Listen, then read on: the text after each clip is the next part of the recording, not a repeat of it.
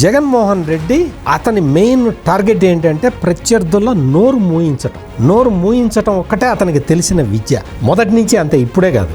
ఆ నోరు మూయించటం అన్న కాన్సెప్ట్ని తీసుకొని అది తొలి మెట్టుగా పెట్టుకుని లోకేష్ పైకి వచ్చాడు. తను ప్రశ్నించటమే కాకుండా ప్రశ్నించటం మర్చిపోయిన ప్రజలకి ప్రశ్నించటం నేర్పాడు యువగళం పాదయాత్ర ద్వారా. మీరు జాగ్రత్తగా గమనించండి, ఎంత ఆలోచించి లోకేష్ యువగళం పాదయాత్ర టేకప్ చేశాడో మీకు అర్థమవుతుంది. ఆ రోజుకి రాష్ట్రంలో ప్రజలు ప్రశ్నించటానికి భయపడుతూ ఉన్నారు. ఇంట్లో నుంచి బయట అడుగు పెట్టడానికి భయపడే పరిస్థితుల్లో ఇంకా ప్రశ్నించటం ఎక్కడ ఉంటుంది? అటువంటి ప్రజలకి కూర్చొని ప్రశ్న వేయండి, నేను సమాధానం చెప్తా అని అడిగి మరి ఆంధ్రప్రదేశ్ ప్రజలకి తిరిగి ప్రశ్నలు అలవాటు చేసిన వ్యక్తి నారా లోకేష్. అది ఎందుకు చేశాడు అంటే డెమోక్రసీలో ప్రశ్నించటం అనేది ఇంపార్టెంట్ అన్న కీలక సూత్రాన్ని గ్రహించాడు. కాబట్టి నారా లోకేష్ యువగళం పాదయాత్రలో మరిచిపోయిన ప్రశ్నలన్నిటినీ అడిగిచ్చాడు ప్రజలతో.